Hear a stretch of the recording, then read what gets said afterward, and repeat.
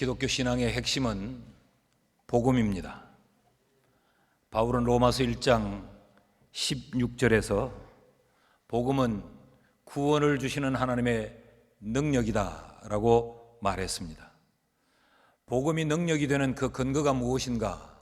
그것은 두 개의 특정한 역사적 사건 때문에 복음이 능력이 됩니다. 그 하나는 예수 그리스도께서 우리를 위해 죽으시고 장사 지낸 바 되셨다라고 하는 이 십자가의 사건이고, 또 다른 하나는 예수님이 사흘 만에 다시 살아나서 많은 정인들 앞에 자신을 나타내 보이셨다라는 이 부활의 사건입니다. 십자가와 부활이 복음의 내용이요, 복음의 뿌리입니다.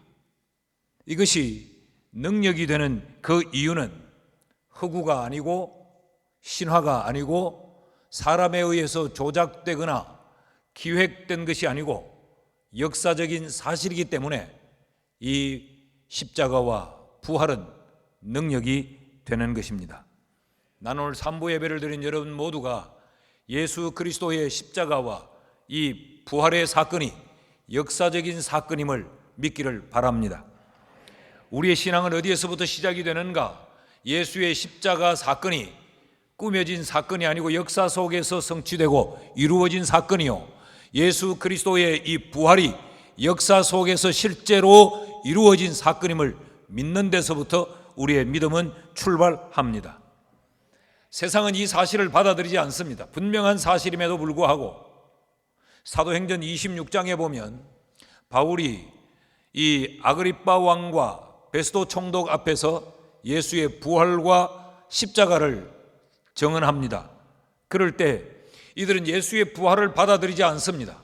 그래서 바울에게 이렇게 말합니다. 사도행전 26장 24절 말씀을 같이 읽으실까요? 시작. 바울아, 이같이 변명하매 베스도가 크게 소리내어 이르되, 바울아, 네가 미쳤도다. 네 많은 학문이 너를 미치게 한다 하니. 바울이 예수 그리스도의 십자가는 역사적인 사실이요, 예수 그리스도께서 죽었다가 다시 사흘 만에 살아난 것은 분명한 사실이라고 그들에게 증언하니까 이 베스도 총독이 말하기를, 바울아, 네가 공부를 많이 한 것은 내가 아는데 그렇게 많이 공부한 내 지식이 너를 돌게 만들었구나. 너 미쳤다. 어떻게 죽은 자가 살아날 수 있느냐? 라는 것이 이 한 나라의 권력을 가지고 책임 있는 위치에 있는 이 베스도 총독의 반응이었습니다. 이때 사도 바울은 이렇게 말합니다. 26장 25절 26절에서 바울이 이르되, 베스도 각하여, 내가 미친 것이 아니요 참되고 온전한 말을 하나이다. 왕께서는 이 일을 아시기로 내가 왕께 담대히 말하노니 이 일에 하나라도 아시지 못함이 없는 줄 믿나이다. 이 일은 한쪽 구석에서 행한 것이 아니니 라고 말해요. 어느 한쪽 구석에서 지극히 소수의 사람들에 의해 조작되고 기획된 것이 아니고 이것은 만천하가 알 수 있도록 역사의 무대 한가운데서 이루어진 역사적인 사실입니다 라는 것이 바울의 공포였습니다.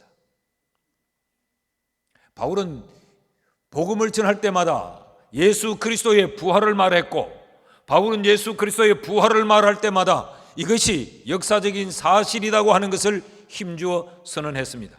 고린도전서 15장 3절에서 8절 말씀을 보면 성경이 이렇게 기록하고 있어요. 예수께서 부활하신 후에 게바에게도 베드로에게도 나타내 보이셨고, 예수님은 부활하신 후에 여러 여인들에게도 나타내 보이셨고, 예수님은 부활하신 이후에 많은 사람들이 모여 있는 곳에 500명이 모여 있는 곳에 일제히 나타내 보이시기도 하셨다. 예수님은 특정한 소수의 사람들에게만 나타내 보이신 것이 아니다.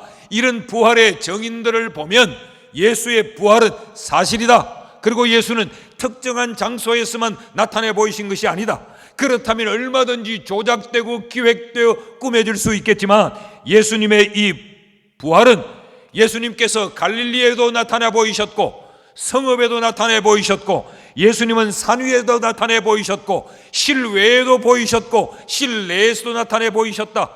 예수님은 여자들에게도 나타나 보이셨고 남자들에게도 나타나 보이셨다. 예수님은 새벽에도 나타내 보이셨고 오전에도 나타내 보이셨고 저녁에도 부활하신 예수님은 나타내 보이셨다. 이 모든 기록들을 보면 이것이 예수의 부활은 역사적인 사실이 틀림이 없다.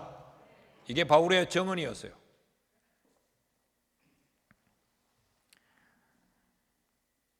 예수님의 부활이 역사적인 분명한 사실이다 라고 하는 것을 세상이 받아들이지 않다가도 예수의 부활이 역사적인 사실이라고 우리가 논정하면 그 예수의 역사적인 부활을 사실 이후에 따라오는 질문이 하나 있습니다.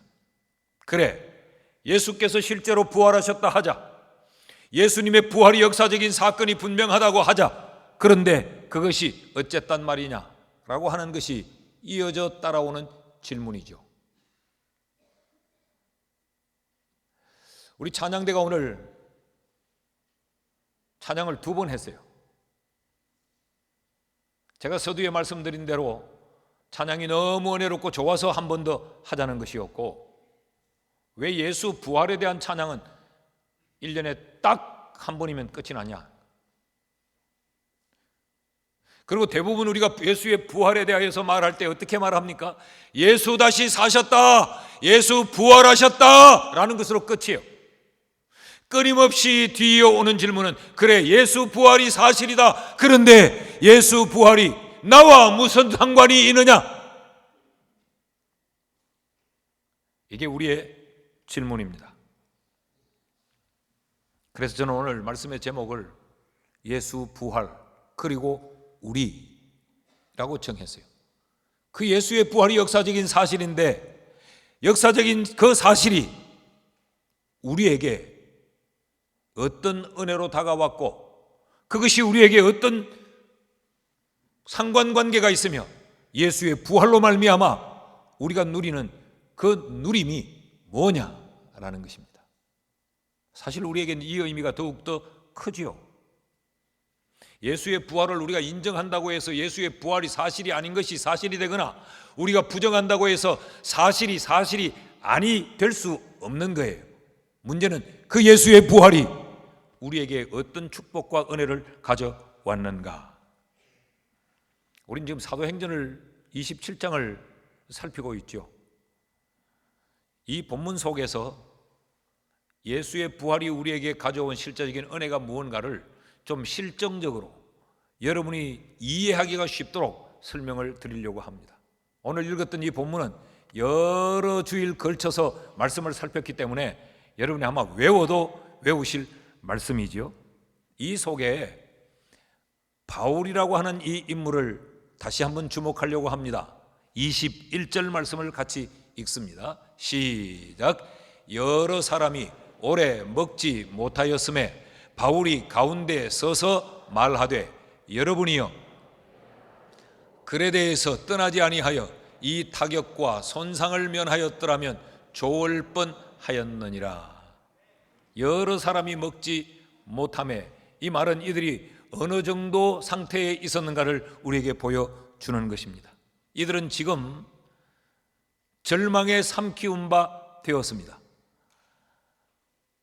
이들이 그레데 해안을 떠나 그들이 목적하는 바를 향하여 가다가 유라굴로라는 광풍을 만났죠. 그래서 이 유라굴로 광풍이 몰아치니까 이들은 그 광풍을 이겨내 보려고 수단과 방법을 다 동원합니다.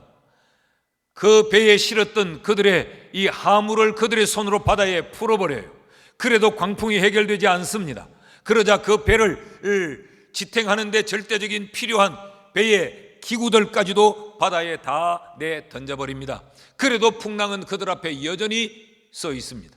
그래서 해도 달도 보이지 않고 구원의 여망이 사라졌다. 이 말은 더 이상의 그 어떤 희망의 끈을 가질 수 없었다라는 거지요. 죽음을 기다리고 있을 뿐 그 외에 그 어떤 것도 이들에게는 방법이 없었다는 겁니다.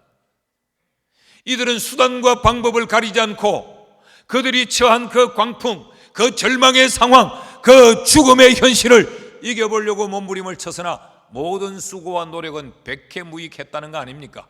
그런데 그러한 가운데 바울이 그들 가운데 일어서서 말했다라는 것이죠. 여기 바울이 그들 가운데 서서라고 할 때 이 일어서다라고 하는 이 표현이 스타데이스라고 하는 헬라어인데, 이것이 예수 그리스도께서 이 죽음 가운데서 다시 살아나신 것을 표현하는 그 단어와 의미가 같습니다. 원래는 이 부활이라고 하는 이 단어는 아나스타시스라고 하는 단어예요. 부활. 그런데 이 명사는 당시 1세기의 사도들이 복음을 전할 때 사용하지 않았습니다. 그들이 복음을 전하면서 예수께서 죽음 가운데서 다시 부활하셨습니다, 예수의 부활을 말할 때 이 단어를 사용하지 않았어요. 왜 사용하지 않았느냐? 이 단어가 가진 부정적인 의미 때문에 사용하지 않았습니다. 이 부활이라고 하는 이 단어를 그 당시에 이 헬라어 문화권에서는 어떻게 사용되어졌느냐? 예수가 부활하지 않았다, 예수가 살아나지 않았다는 것을 말할 때 이 단어를 언급했어요. 예수는 부활하지 않았다라고 말할 때 부활을 인정하지 않기 위하여 사용했던 부활이라는 단어. 또 하나는 예수의 부활은 신화요, 예수의 부활은 전설이요, 예수의 부활은 사람들에 의하여 조작되고 꾸며진 사건이다 라는 것을 말할 때 이 부활이라는 단어를 썼어요. 그래서 사도들은 이 단어 대신에 다른 단어를 사용합니다. 그것이 바로 우리 성경에 살아나다라고 표현된 이 단어예요. 우리에게도 이런 부정적인 어감을 가진 단어가 있죠. 이런 것들이 많은데 마담이라는 단어가 대표적인 단어가 아닐까 싶어요. 마담이라는 이 말은 굉장히 고급진 단어요. 여자의 존귀한 신분을 일컬 때 마담이라는 단어를 씁니다. 쉽게 설명하면 이건 사모님이라는 그런 의미예요. 그런데 우리는 부정적인 의미로 쓰죠. 천박하고 불의하고 이런 의미로 우리는 마담이라는 말을 써요. 그래서 우리는 일상적으로 이 좋은 단어지만 잘 사용하지 않죠. 송향미 마담 이러면 아주 불쾌하게 들을 거예요. 뭔가 마구잡이로 사는 사람처럼 이런 의미로 들려요. 이게 굉장히 좋은 단어예요. 그들은 이 부활이라는 이 단어 대신에 일어서다, 이 살아나다라는 이 단어를 쓰는데 이 살아나다는 단어를 직역하면 일어서다라는 의미가 있습니다. 여기 에게로이라고 하는 말도 일어나다라는 단어요, 이 아니스테미라는 단어도 일어나다라는 거예요. 그러니까 직역을 하면 이런 거죠. 예수님은 죽은 지 사흘 만에 일어나셨다, 그런 이야기. 그렇다면 지금 바울이 그 처참한 절망의 현장에서 일어섰다라는 모습에서 우리는 절망의 자리, 죽음의 자리에서 다시 일어나신 예수 그리스도를 연상하게 됩니다. 자, 예수님께서 죽음에서 살아나심, 이 일어나심이 우리에게 그럼 어떤 결과를 가져왔는가? 첫째로 우리를 과거로부터 해방시켜 주셨습니다. 어떤 과거인가? 오늘 사도행전에서 좀 봅시다. 27장 21절 말씀을 우리 같이 한번 읽습니다. 시작. 여러 사람이 오래 먹지 못하였음에 바울이 가운데 서서 말하되 여러분이여 내 말을 듣고 그레데에서 떠나지 아니하여 이 타격과 손상을 면하였더라면 좋을 뻔하였느니라.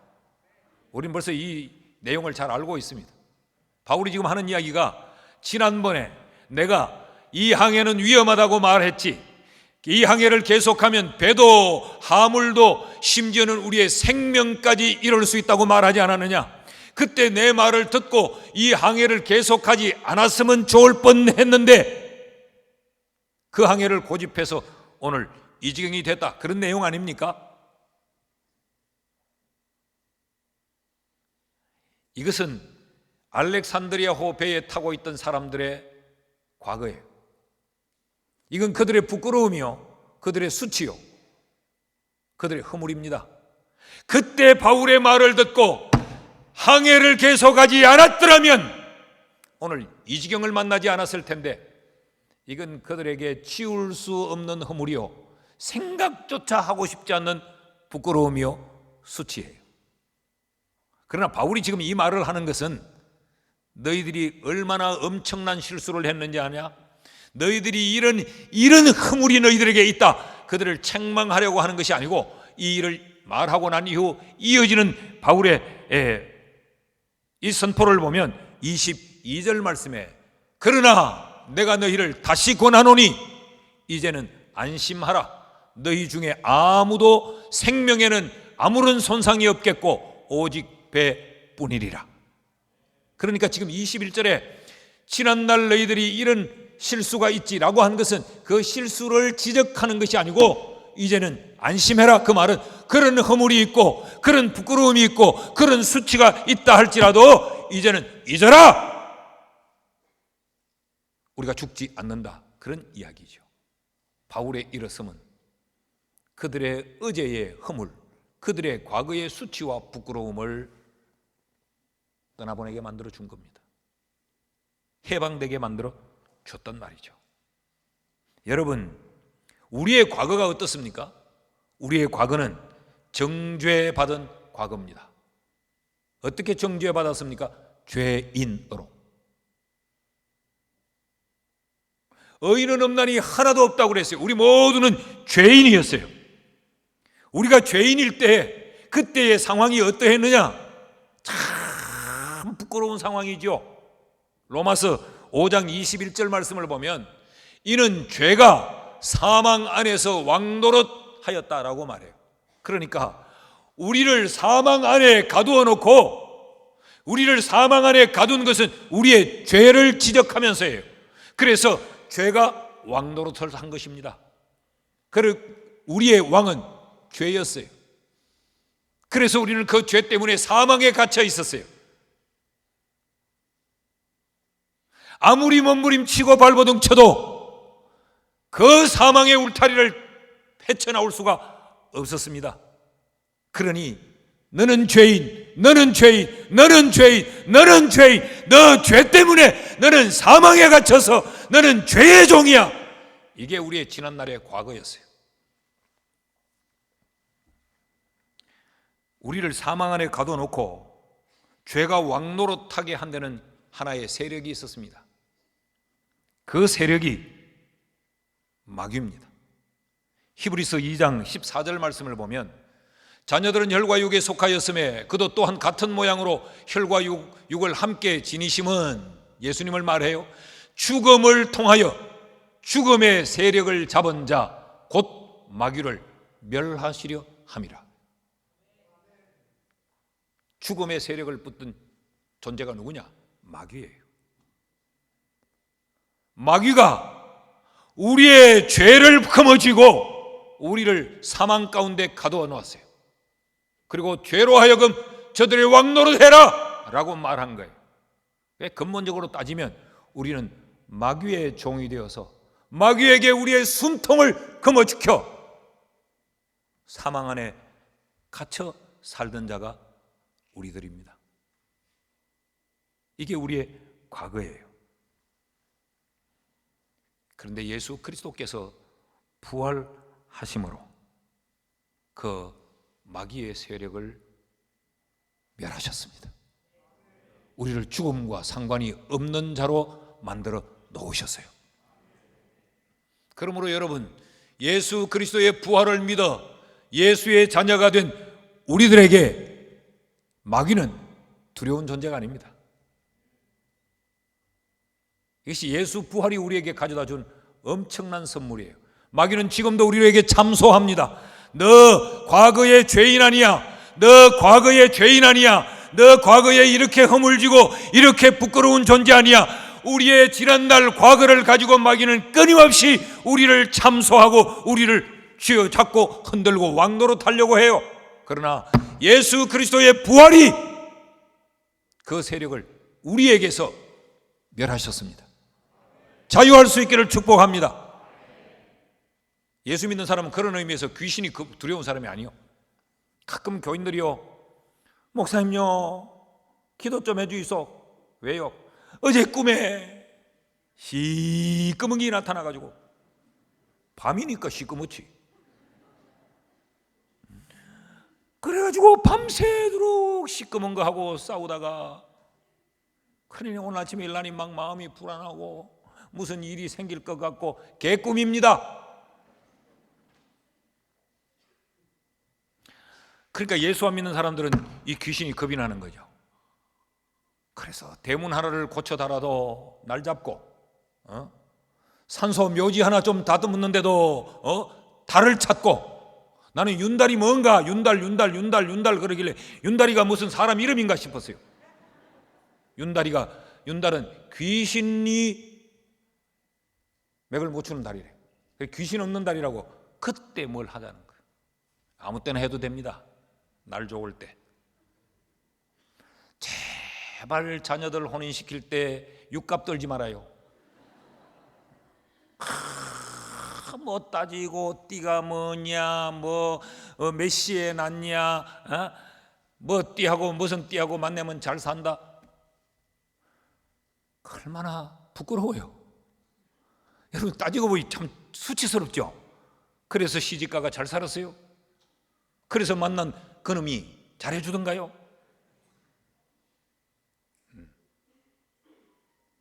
참 이게 우리의 지난날 부끄러움이에요.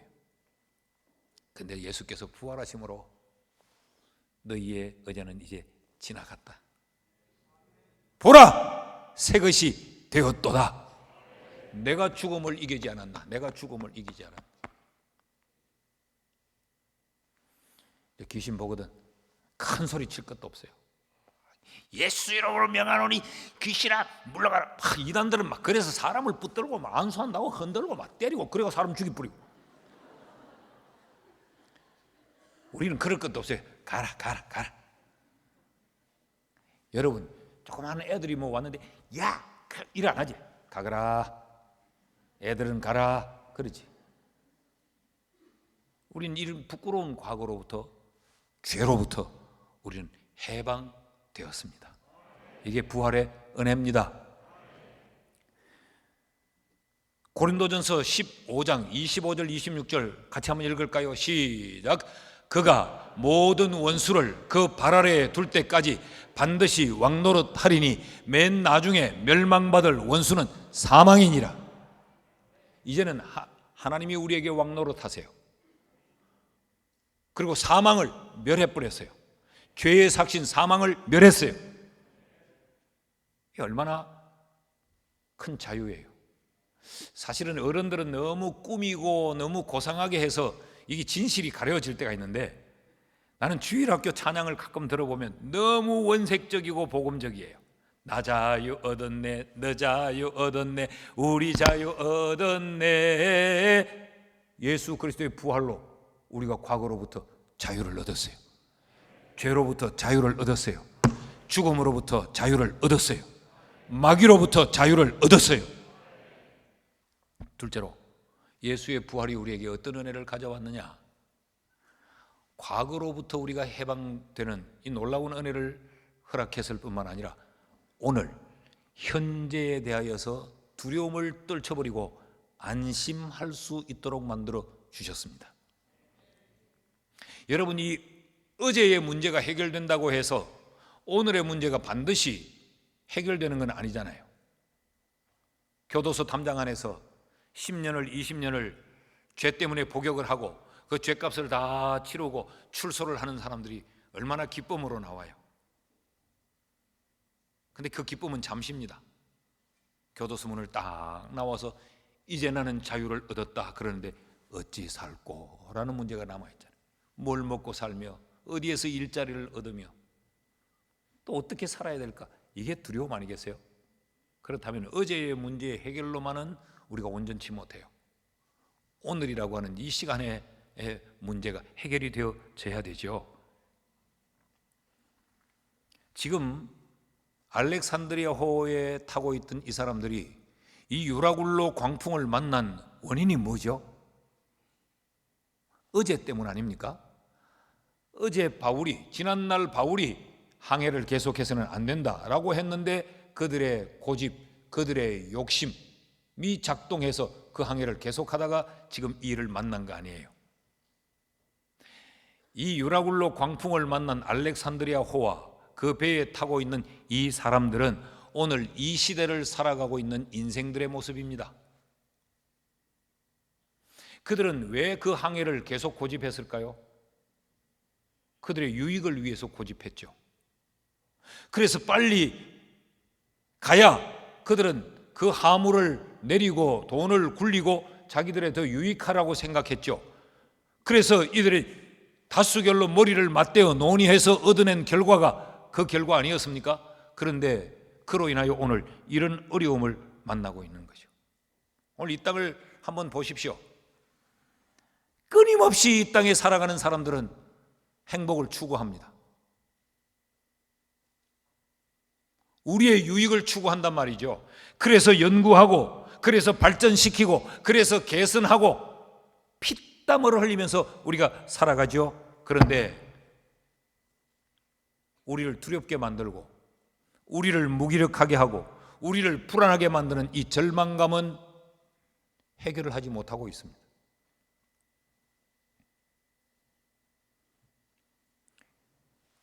과거 한 몇십 년 전과 비추어 봐도 여러분 요즘 학력 인플레이션이 얼마나 대단해요.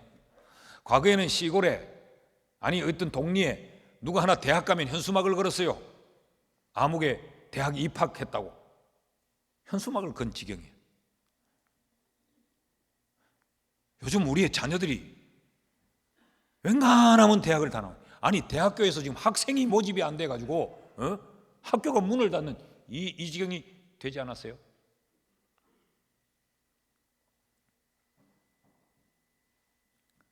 그럼에도 불구하고 이렇게 학력의 수준은 높아졌는데 사람들은 더 불행을 느낍니다.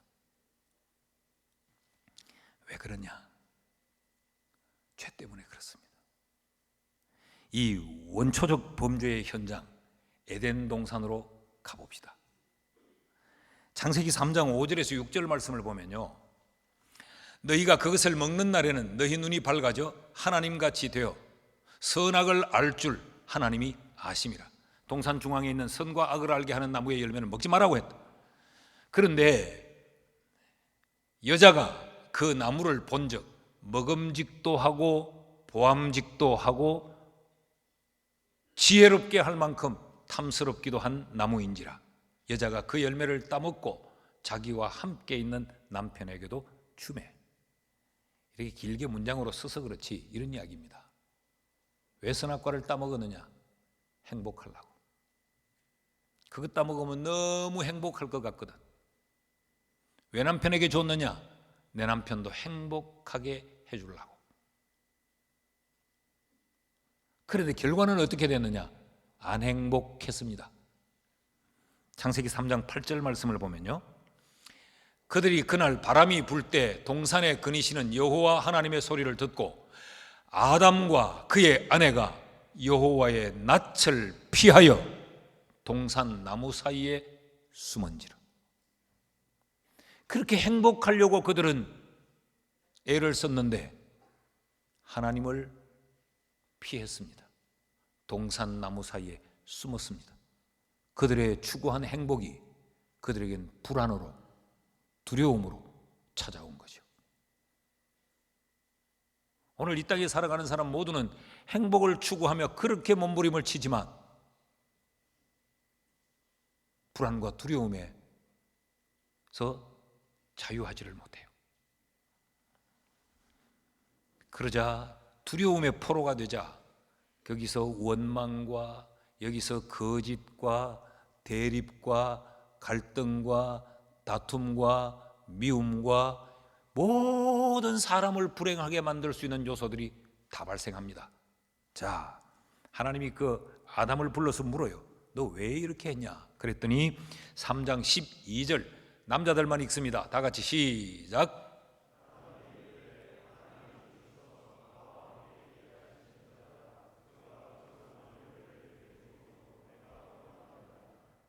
너 왜 그랬니? 그랬더니 하나님이 내게 주신 여자, 그 여자가 나한테 먹였습니다. 이게 남자입니다. 남자들이 내가 다 책임질 것 같고 당신의 인생을 내가 책임지겠다 말하는데, 이런 놈들이 남자들이요. 여자한테 책임을 전가합니다.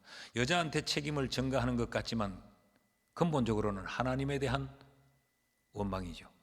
당신이 나에게 살라고 준 이 여자가 잘못했다는 거죠. 그래서 하나님이 하와에게 물어요. 그럼 너는 왜 그랬느냐? 13절 말씀, 여자분들만 읽습니다. 시작.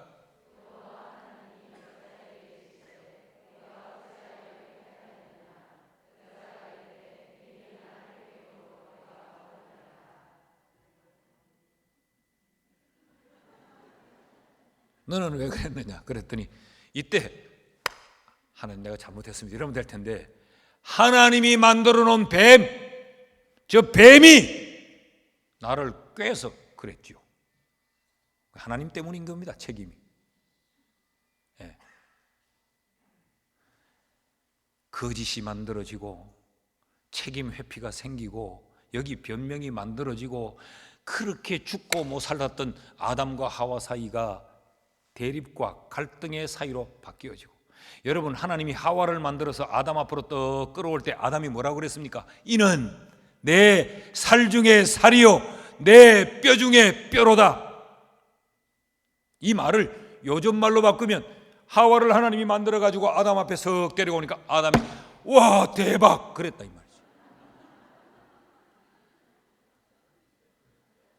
그 소리를 듣고 하와가 뭐라고 한지 압니까? 부끄러워서 고개를 쓰고 헐 그랬어요.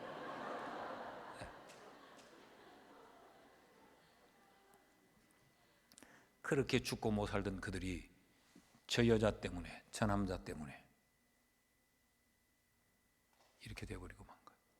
그러니까 행복을 추구하면서 몸부림을 쳤는데 찾아온 것은 불행이 찾아왔습니다. 창세기 3장 17절에서 19절 말씀을 보면, 아담에게 이르시되 네가 네 아내의 말을 듣고 내가 네게 먹지 말라 한 나무의 열매를 먹었은즉 땅은 너로 말미암아 저주를 받고 너는 네 평생에 수고하여야 그 소산을 먹으리라. 땅이 네게 가시덤불과 엉겅퀴를 낼 것이라. 네가 먹을 것은 밭의 채소인즉 네가 흙으로 돌아갈 때까지 얼굴에 땀을 흘려야 먹을 것을 먹으리니 네가 그것에서 취함을 입었음이라. 너는 흙이니 흙으로 돌아갈 것이니라 하신지라. 행복을 위해서 했던 그 일이 결국은 한 줌의 흙으로 돌아가는 그 처절한 허무함으로 끝나고 맙니다. 그래서 결국 이들은 에덴을 상실하죠. 에덴에서 쫓겨나죠. 창세기 3장 24절 말씀 보면, 이같이 하나님이 그 사람을 쫓아내시고 에덴 동산 동쪽에 그룹들과 두루도는 불칼을 두어 생명나무의 길을 지키게 하시니라. 에덴에서 쫓겨났어요. 그리고 이들은 에덴의 동쪽에 삶의 또아리를 틀고 어떻게 하면 다시 에덴으로 돌아갈 수 있을까를 목말라 하는 거죠. 낙원을 잃어버린 실낙원의 인생이 되고 맙니다. 그 이후 인생들은 그 낙원을 다시 회복하기 위하여 복낙원을 꿈꾸면서 온갖 몸부림을 치고 있는 거예요. 여러분, 에덴의 동쪽은 참 아름다운 그런 서사적 표현인 것 들려지지만 저주의 표시입니다.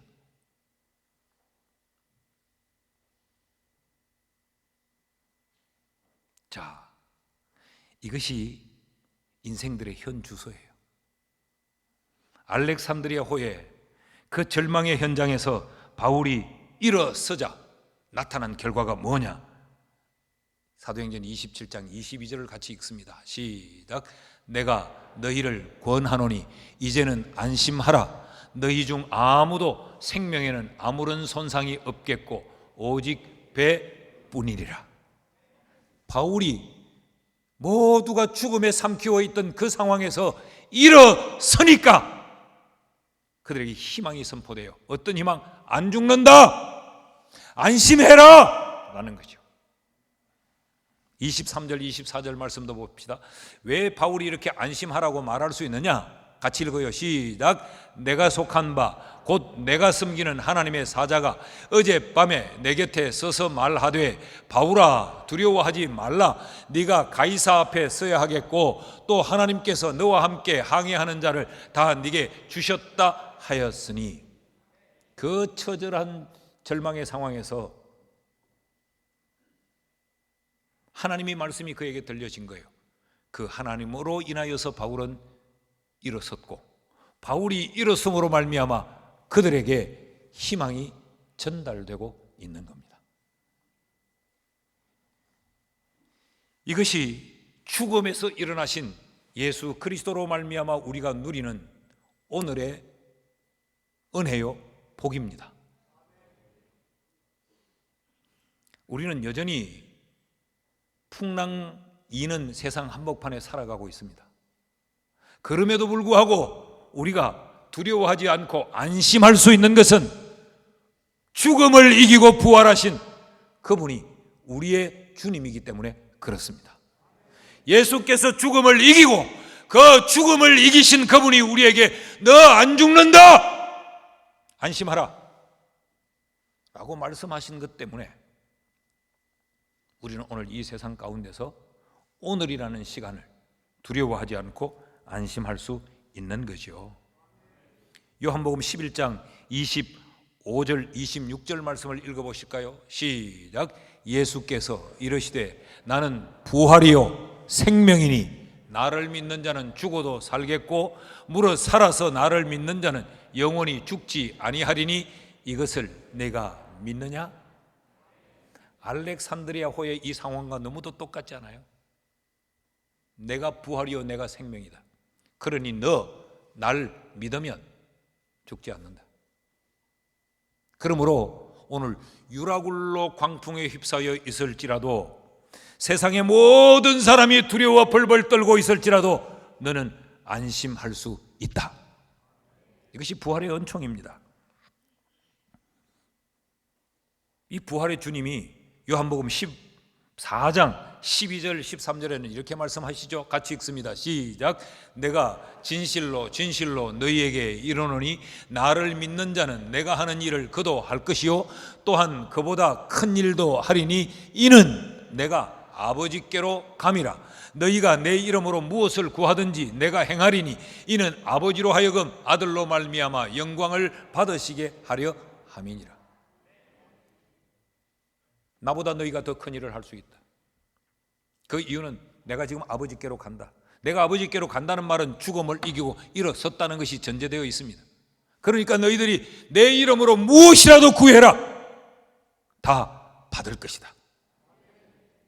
그러므로 부활의 주님으로 인하여서 우리는 오늘이라는 시간을 두려움으로 사는 것이 아니라 안심하며 살 수 있는 것입니다. 마가복음 9장 23절엔 뭐라고 말씀하십니까? 예수께서 이르시되 할 수 있거든이 무슨 말이냐? 믿는 자에게는, 부활하신 예수 그리스도를 믿는 자에게는 능히 하지 못할 일이 없느니라 하시니라. 믿으시면 아멘. 이게 예수의 부활로 인하여 우리가 누릴 축복이요 은혜입니다. 부활하신 주님께서 첫 일성이 뭐냐? 안심해라 라는 것이었어요. 내가 죽었다가 죽음에서 일어났으니까 뭘 더 두려워할 게 있냐? 안심해라 라 했어요. 요한복음 20장 19절 말씀 읽어보시겠습니까? 시작. 이날 곧 안식 후 첫날 저녁 때에 제자들이 유대인들을 두려워하여 모인 곳에 문들을 닫았더니 예수께서 오사 가운데 서서 이르시되 너희에게 평강이 있을지어다. 여기 너희는 누굽니까? 두려움에 떨고 있던 제자들. 그래서 문들을 꽁꽁 걸어 잠그고 숨죽이고 있던 그들, 예수께서 부활하셔서 그들을 찾아오십니다. 그리고 그들에게 말씀하시기를 평안하라. Peace be with you. 이 말은 너희는 그냥 평안해야 된다. 너희가 평안을 만들라는 이야기가, 너희는 평안을 누리는 그 존재다, 그런 이야기예요. 왜? 내가 죽음 이기고 살아났으니까. 26절도 보십시오. 8해를 지나서 제자들이 다시 집 안에 있을 때에 도마도 함께 있고 문들이 닫혔는데 예수께서 오사 가운데 서서 이르시되 너희에게 평강이 있을지어다. 부활의 주님으로 우리가 평안 누리는 자 되기를 주의 이름으로 축원합니다.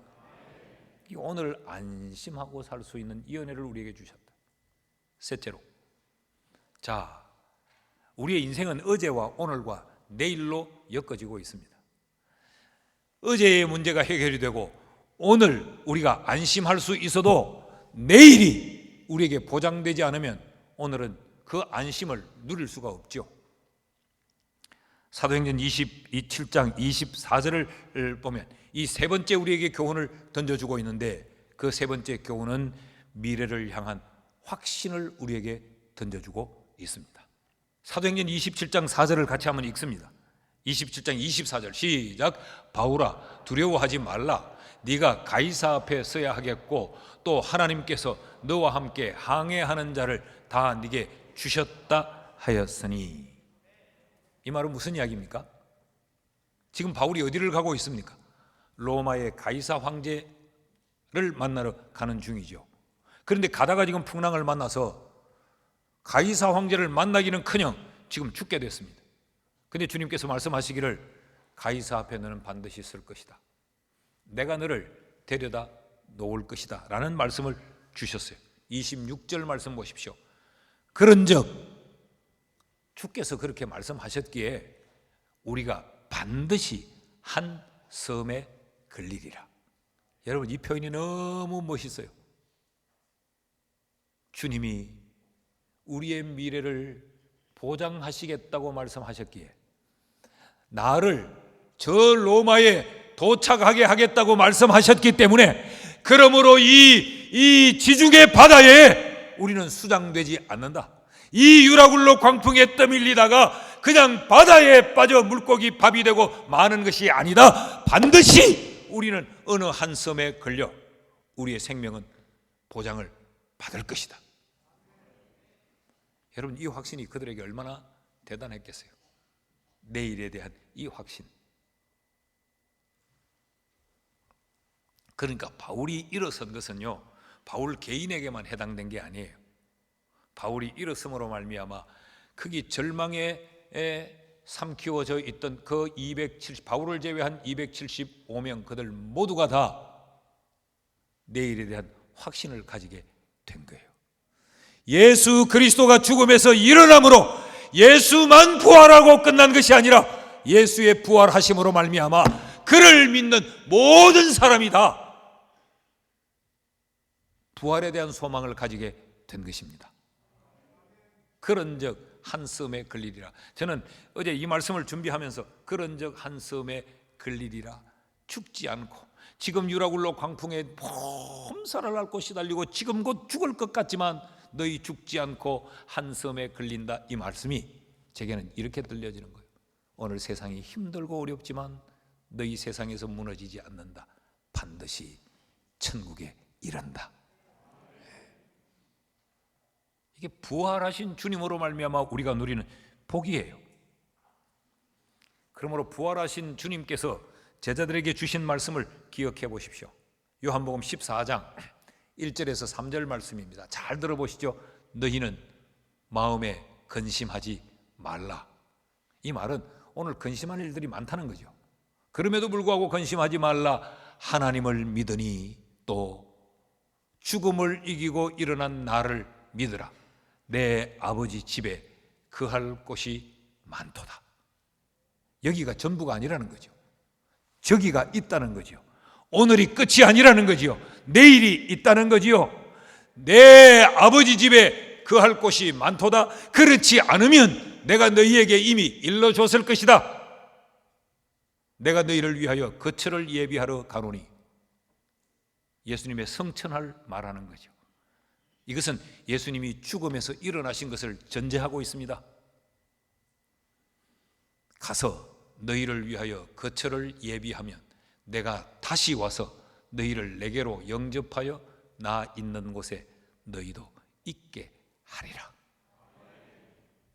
이 말은 너희는 내일을 염려하고 걱정할 것이 없다는 것이죠. 내가 너희의 내일을 보장한다는 이야기입니다. 죽어서 자신도 부활하지 못하면서 이 말하면 이건 능력이 없어요. 그런데 그 죽음을 이기고 살아나신 분이시기에 이 말씀이 우리에게 능력이 되는 것입니다. 요한복음 14장 6절 말씀도 한번 읽어봅시다. 다 같이 시작. 예수께서 이르시되 내가 곧 길이요 진리요 생명이니 나로 말미암지 않고는 아버지께로 올 자가 없느니라. 내가 너희의 미래의 열쇠를 내가 거머쥐고 있다. 근데 내가 너희에게 이 말을 하지 않느냐. 고린도전서 15장 14절 말씀에 이렇게 말씀하세요. 그리스도께서 만일 다시 살아나지 못하셨으면, 죽음에서 일어나지 못하셨다면 우리가 전파하는 것도 헛되고 너희가 믿는 것도 헛되다. 아무런 가치가 없다는 거죠. 우리의 믿음의 행위도. 19절 말씀을 보면 만일 그리스도 안에서 우리가 바라는 것이 다만 이 세상의 삶뿐이면 모든 사람 가운데 우리가 더욱 불쌍한 자일 것이다. 이 말을 뒤집어 놓으면 뭐예요? 부활의 주님으로 말미암아 내일이 보장받지 못한 사람은 가장 불쌍한 사람이라는 거예요. 그러나 우리는 예수 그리스도에 의해, 죽음에서 일어나신 예수 그리스도에 의해 내일이 보장받았기 때문에 우리는 오늘 행복한 사람이라는 거예요. 가끔 어떤 분들이 전화를 걸면 그 전화에 들려지는 이 클러링이라 그럽니까? 그 노랫말들이 나는 행복합니다. 그런 행복하다는 노래가 막 들려지면 어떤 데는 제가 이 사람 좀 천천히 받았으면 좋겠다 싶어요. 그거 좀 들어보려고. 나는 행복합니다. 오늘 코로나의 광풍에 몸살을 앓고 있지만 그럼에도 불구하고 나는 여기서 끝날 인생이 아니라 나의 영원한 미래가 부활의 주님으로 인하여 보장되어져 있기 때문에 나는 행복합니다. 말씀을 맺습니다. 그러므로 여러분, 우리에게 있어서 죽음은 사형 집행장이 아닙니다. 우리에게 있어서 죽음은 천국 입국장입니다. 여행을 해보시면, 여행을 하시면서 눈여겨보시면 알 수 있는 일이에요. 출국장에 서 있는 사람과 입국장에 서 있는 사람들은 현격하게 다릅니다. 어느 나라에 여행을 하면서 입국하기 위해 서 있을 때는 신이 나요. 내가 이제 가려고 했던 목적지에 왔다고. 그래서 거기서는 이제 가서 또 호텔이 어디며 뭘 먹을 것이며 어디를 구경할 것이며 굉장히 흥분되어 즐거워요. 사람들 얼굴이 보면 생기발랄해요. 그런데 그곳에서 여행을 다 하고 이제 출국하는 출국장에서 보면 전부 폐잔병이요. 빨리 집에 갔으면 좋겠다. 빨리 우리 집에 갔으면 좋겠다. 우리 집이 최고다. 뭐한데 돈 주고 이 고생하느냐. 전부 늘어져가 피곤해가지고 있는. 세상 사람들은 죽음이 출국장이에요. 이제 끝나는 거예요. 인생 참 허무하다. 그 산 것이 수고하고 고생뿐이구나. 몸은 늙고 마음은 병들고. 그런데 예수 믿는 사람은 그렇지 않아요. 이 죽음이 천국으로 입국장에 설레는 거예요. 그동안 가고 싶었던 곳, 그렇게도 소망했던 곳, 그곳에 가서 주님 만나고 주님과 함께 쇼핑 다니고 주님하고 사진 찍고. 천국의 음식은 어떤 걸까 기대하고 우리가 이런 마음으로 예수의 부활을 찬양하며 살 수 있기를 주의 이름으로 축원합니다.